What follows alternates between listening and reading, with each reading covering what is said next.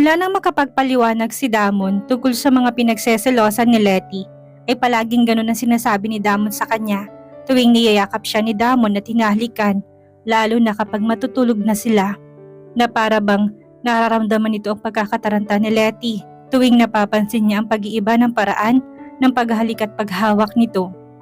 "Hihintayin kita sa labas," sabi ni Damon at lumabas na ng kwarto nila. Napasunod na lang si Letty ng tingin dito. Napabuga siya ng hangin upang kalmahin ang puso niyang ayaw kumalma. Alam naman niya kung anong sinasabi nitong hindi nito ipipilit. After all, mag-asawa sila. Hindi rin si Letty sigurado kung talaga bang hindi lang siya handa sa mga ganoong bagay. Kaya natatawag niya ang pangalan nito tuwing nangyayari yon. Either way, masaya siya na hindi siya pinupwersa ni Damon. Patunay lang yun na nirespeto niya nito at pinapahalagahan.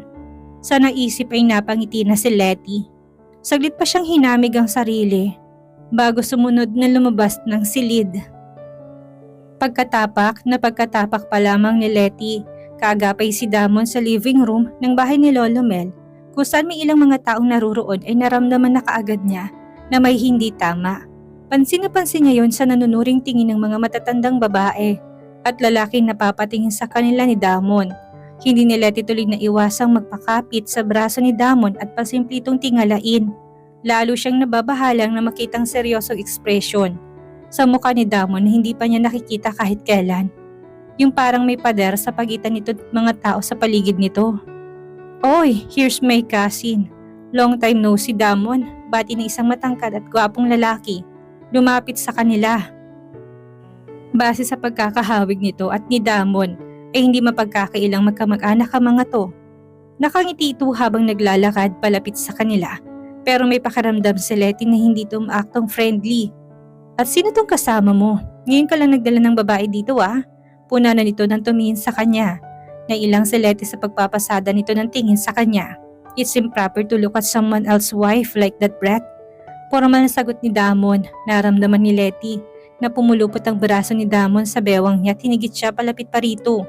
Pagkatapos ay marahan siya nitong inakay palayo sa pinsan nito na nakita niyang bumakas ang pagkagulat sa sinabi nito. Napansin niya rin na mas naging mapanuri ang tingin ng mga kamag-anak nito sa kanila matapos amin ni Damon na asawa siya nito pero mukhang walang balak magtanong. Naputo lang ang makapigil hiningang sandali nang sumulpot na si Lolo Mel mula sa kung saan. Nang makita sila nito'y malawak na ngumiti ito. "Damon, Letty, at last nandito na kayong dalawa," magiliw na bati nito sa kanila. Saglit silang nagkamustahan bago sila dumiretso kasamang iba pang mga kamag-anak ni Damon sa malaking dining table. Pasimple ni Letty pinagbasdan ang mga kamag-anak nito. Mayroong 4 na may edad na babae doon, 4 ring may edad na lalaki mukhang mga asawa ng mga babae na lahat ay may hawi kay Lolo Mel. Kaya marahil ay mga lalaking mga anak nito.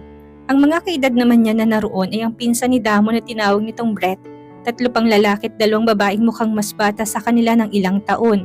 Nang makaupo na sa kabisera si Lolo Mel ay nagsalita ito. "Salamat naman at nakita ko kayong ulit lahat," nakangiting sabi nito. "Syempre naman Papa, we always look forward to our reunion," sabi ng isa sa mga may edad na babae at nagniningning ang alahas sa katawan. Sumunod na nagsalitang iba pang mga babae na halata namang binubola si Lolo Mel. "At siya nga pala, ipapakilala ko sa inyo ang bagong miyembro ng ating pamilya. Everyone, this is Leticia Padilla Valencia, Damon's wife." Masayang pakilala sa kanya ni Lolo Mel. Pagkatapos ay isa-isa rin itong pinakilala ang mga naroon. Pilit si Letty na ngumiti nang mabaling na naman sa kanyang atensyon ng mga to. "She looks too normal," sabi ng babaeng pinsan ni Damon. "Ano ka ba iha? Saway ng isang tiyahin nito?" "Of course, she will be. Bagay na bagay siya kay Damon, hindi ba? What can you expect from someone like him?" Dugtong nito na halatang pasaring. Sumulyap si Letty kay Damon. Hindi ito nakatingin sa tiyahin nito pero nakikita niyang nangangalit ang mga bagang nito. Noon palang inasiguro na niya na hindi nito kasundong mga kamag-anak nito. Inabot niyang kamay nito na nasa ilalim ng lamesa at marahan niyang pinisil. Napalingon ito sa kanya. Bahagya niya itong nginitian at napagpasalamat niya na bahagyang kumalmang mukha nito. Hindi man ito gumanti ng ngiti sapat na sa kanyang pagpisil nito sa kamay niya. "Magtigil ka nga, Constancia," saway ni Lolo Mel sa matandang babae. Ako ang pumili kay Letty bilang asawa ni Damon dahil alam kong siyang nababagay na maging may bahay ng presidente ng kumpanyang pinaghirapan kong ipundar. Sa kanila ni Damon ko maaaring iatang ang tungkuling ituloy sa susunod pang henerasyon ang negosyo ng pamilya. Seryoso na sabi ni Lolo Mel na nagpatahimik sa mga ito. Ngunit dahil sa sinabi nitong iyon ay mas lalong naging nakakailang ang pagkain nila. Aware na aware si Letty sa kakaibang tingin ng mga ito sa kanila ni Damon. Nang matapos kumain at magsipagpaalam ng mga ito, ay noon lang siya nakahinga ng maluwag. Hindi na siya kinabahan kahit nang iwan siya ni Damon dahil inaya to ni Lolo Mel sa isang panig at masinsinang kinausap. Inabalan na lamang niya sarili sa pagtingin sa magagandang gamit sa living room. Akala niya noon ay avid client lang ng Valencia Furniture si Lolo Mel. Yun pala ito mismong nagdedesenyo noon at may-ari ng ito ng kumpanya. Napangiti siya nang makita niya sa isang panigang maliliit na upuan at lamesa na gaya ng bigay ni Lolo Mel sa kanya noong maliit pa siya para sa dollhouse niya. Mukhang aliw na aliw ka sa mga disenyo ko, iha. Mula sa likuran niya ay nagsasalita si Lolo Mel. Ngumiti si Letty na makita niya nakangiti rin ito. Natatandaan ko po kasi na lagi niya akong binibigyan ng mga ganito kapag dinadalaw niya si Lola. Aniya rito. Nasaan ho si Damon? Kausap ang assistant ko tungkol sa negosyo. Ang batang yun palaging trabaho inaasikaso at sa tingin ko kailangan niya ng bakasyon. Hindi ka ba naman niya napapabayaan, Letty? Tanong nito sa kanya. Marahas siyang napailing. Kahit naman kasi may pagka-workaholic si Damon, hindi naman niya naramdamang napapabayaan siya nito. Kahit marami ho siyang trabaho, hindi niya nakakaligtaang umuwi bago mag alas 8. Maliban na lang kung may mga business dinner siyang hindi matanggihan. Kahit pa dahil tuloy doon ay inuuwi niya sa bahay ang mga trabaho niya, kaya hindi siya masyadong nakakatulog. Pero kahit na ganon, kahit kailan hindi ko naramdaman na napapabayaan niya ako dahil sa trabaho. Aniya rito, hindi na walang ngiti nito. I'm glad to hear that from you, iha. Natutuwa ako malaman na maayos ang samahan niya ni Damon. Hindi ako napahiya sa lola mo na sa kanya kita pinareha. Sabi nitong kumislap ang mga mata ng maalalang lola niya. Napangiti si Letty. Lolo Mel, ano ba talagang meron sa inyo ni Lola? Kahit nung bata pa ako tuwing nakikita ko kayong dalawa na nag-uusap talo niyo pa si Papa at Mama sa kaswitan. Pabirong sabi niya dito. Matagal na niyang gustong itanong dito ang tunay na kwento sa pagitan nito at ng Lola Cristina niya. Sa pagkakaalam ni Letty ay pareho namang maagang nabiyudot na biyudang mga to. Nung una pang inakala niya na tunay na lolo niya si Lolo Mel. Naging malambot ang ekspresyon sa mukha nito at habang ang mga mata nito'y tila bumalik sa nakaraan ay walang pagdadalong isip na kinuwento nito sa kanya ang mga masasayang araw nito at ng lola niya.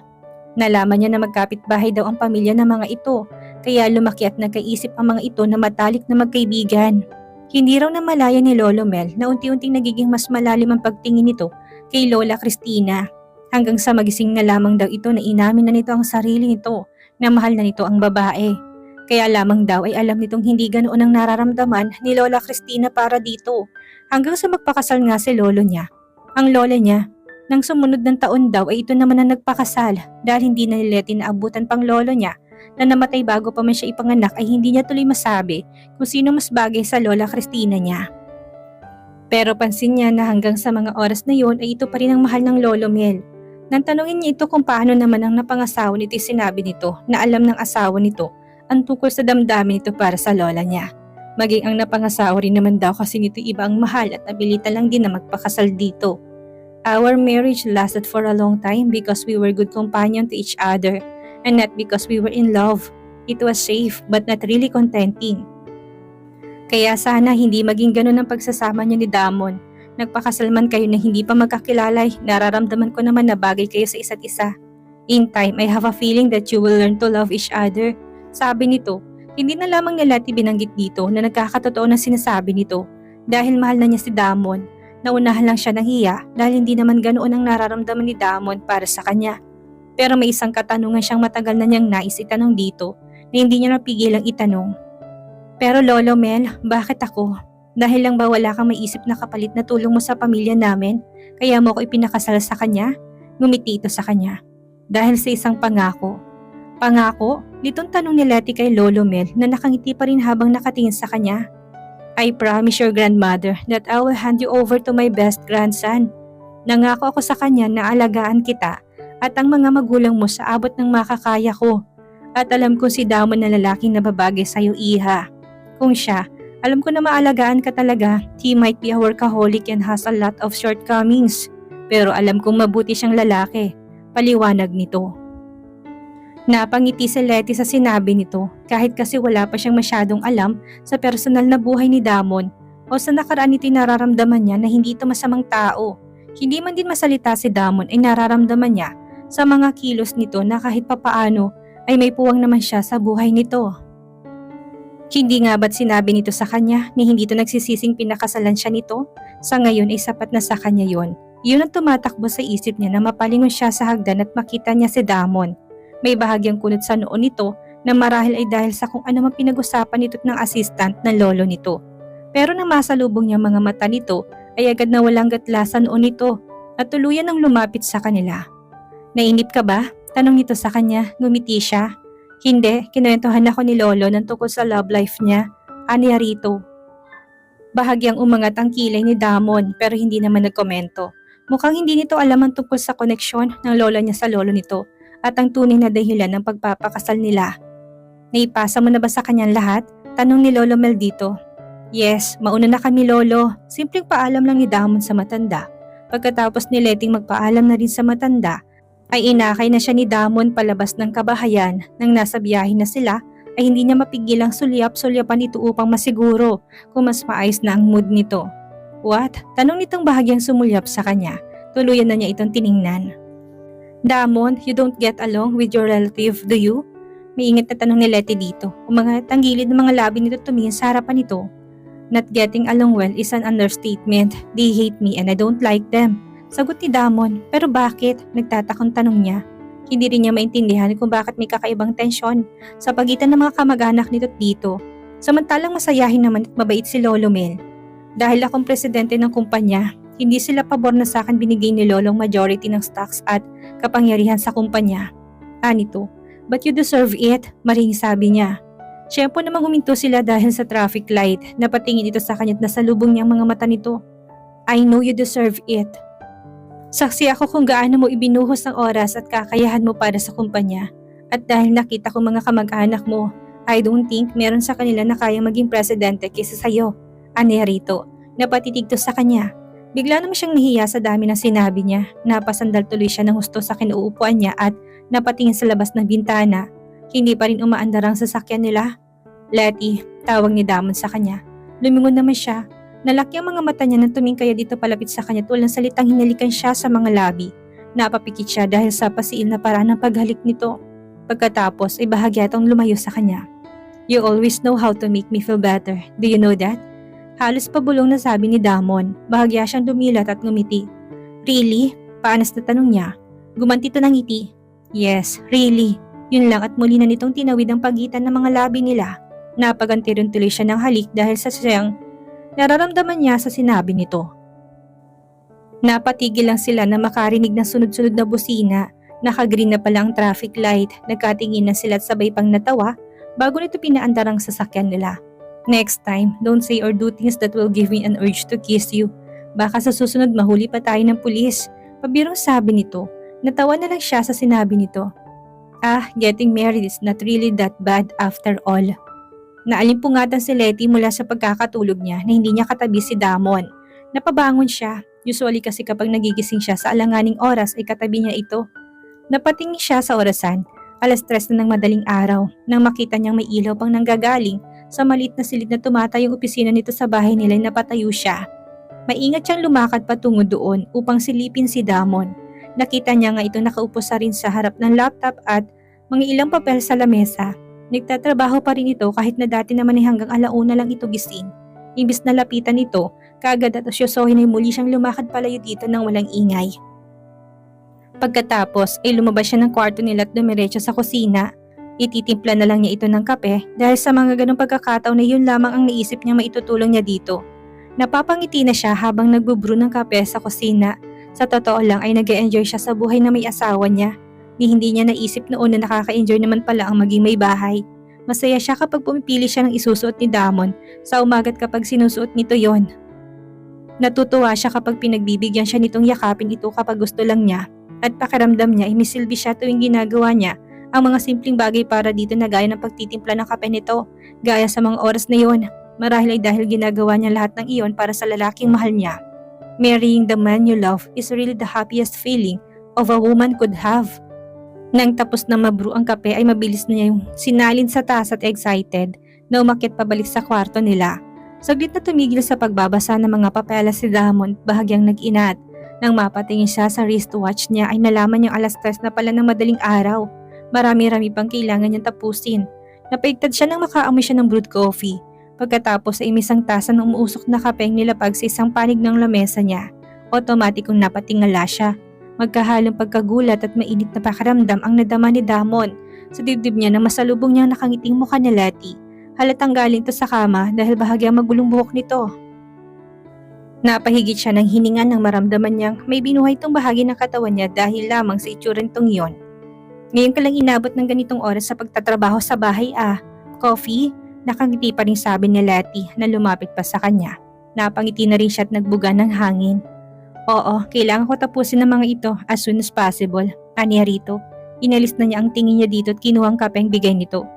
Bakit mo ba minamadali mga yan? Tanong pa ni Letty na lumapit pa. Bahagya pa itong yumuko upang marahil ay silipin ng mga papeles. Natigilan si Damon ng ilang pulgada na lamang ang layo ng dibdib nito sa mukha niya. Napamura siya sa isip kasabay ng paghigpit ng hawak niya sa tasa niya. Nang bigla siyang magkaroon ng pagnanais na bitawan na lang yun kung saan upang mahigpit niya mapalapit sa kanya sa Letty. Mula noong araw sa stockroom ay palaging ganun ang nararamdaman niya. Tuwing nakikita niya sa Letty parang wala siyang ibang gustong gawin kung hindi ang ikulong ito sa mga bisig niya. Tuwing nakikita niya itong nakangiti ay natitempt siyang halikan nito. Ngunit sa tuwing nagagawa niya pigilan ang sarili niya dahil ayaw niya matakot ito. Yun kasi yung napapansin niya dito tuwing sinusubukan niya itaas sa ibang level ang yakap at talik niya. And scaring her just because of his own raging emotions is the last thing he wanted to do. Tumikim siya.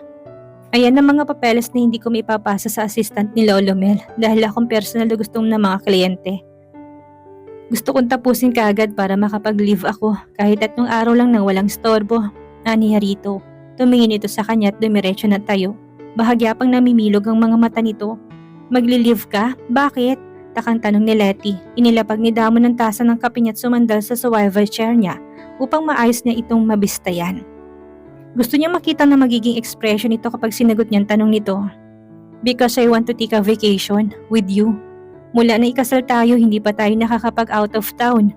That's so strange, right? Married couple should go somewhere for a honeymoon. So, mag-out of town tayo? Aniya rito. Lalong namilog ang mga mata ni Letty. Pagkatapos ay sumilay ang matamis ng ngiti nitong palagi nagpapangiti rin sa kanya. Talaga?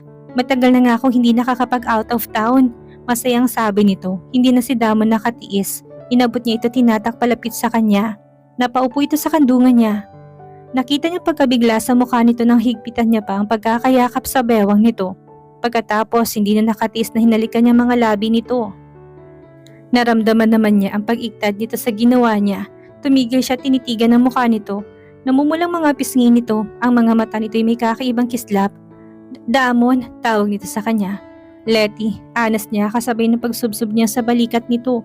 Naramdaman niyang marahas na pagpintig ng pulso nito. Napahigpit ang pagkakayapos niya sa bewang nito. When will you accept me? Mahina pa rin tanong ni Damon. Natatakot siya dahil nararamdaman niyang malapit na maputol ang pisi niya. Baka kapag nangyari yun ay mapuwersa at masaktan niya to. Matagal na hindi ito nagsalita. Napabuntong hininga siya at labis-labis ang pagpipigil na inangat niya mukha na mula sa balikat nito. Damon, tawag nito sa kanya, nagangat siya ng tingin. Bago pa siya makahuma ay hinawakan na ni Letty mukha niya at kusa siyang hinalikan. Saglit siyang natigilan sa pagkagulat, ngunit nang maintindihan niya na yon, ang sagot nito sa tanong nito ay napuno ng kakaibang saya ang dibdib niya. Bagay na noong wala pa ito sa buhay niya ay hindi niya nadama. With that in mind, he returned her kiss. At dito na po nagtatapos ang ika-6 na kabanata ng ating kwento. At sana'y muli niyo po akong samahan sa mga susunod pang kabanata. Maraming salamat po at ingat po tayong lahat.